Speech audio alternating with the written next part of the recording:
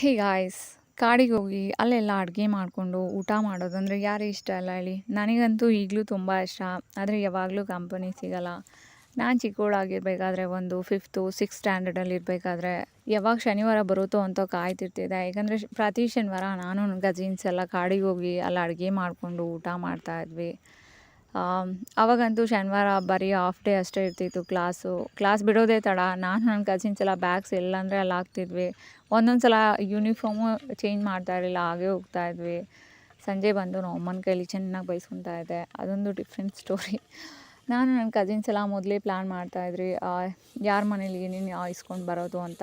ಯಾರ್ಯಾರ ಮನೇಲಿ ಏನೇನು ಸಿಗುತ್ತೋ ಎಲ್ಲ ಇಸ್ಕೊಂಡು ಕಾಡಿಗೆ ಹೋಗ್ತಾಯಿದ್ವಿ. ಅಲ್ಲೊಂದು ರೈಸ್ ಬಾತ್ ಮಾಡ್ತಾಯಿದ್ವಿ. ಅದ್ರ ಹೆಸರೇ ರೈಸ್ ಬಾತು.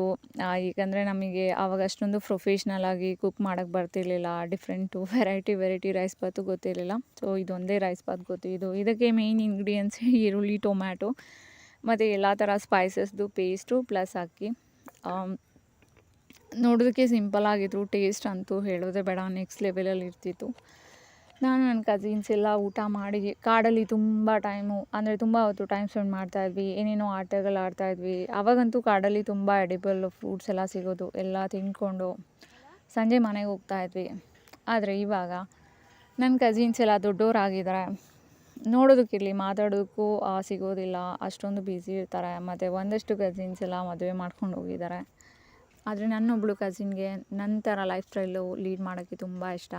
ಅವಳು ಹೇಳೋದು, ನನ್ನ ಚೈಲ್ಡ್ಹುಡ್ ಡೇಸನ್ನು ತುಂಬ ಮಿಸ್ ಮಾಡ್ಕೊತೀನಿ. ಇವತ್ತು ಕಾಡಿಗೆ ಹೋಗ್ಬಿಟ್ಟು ನಾವು ಏನು ಮಾಡ್ತಾಯಿದ್ವಿ ಚಿಕ್ಕ ಹುಡುಗರಲ್ಲಿ ಅದೇ ಥರ ರೈಸ್ ಬಾತ್ ಮಾಡ್ಕೊಂಡು ತಿನ್ನೋಣ ಅಂತ. ಸೊ ಅದಕ್ಕೆ ನಾವು ಇವತ್ತು ಕಾಡಿಗೆ ಬಂದಿದ್ವಿ.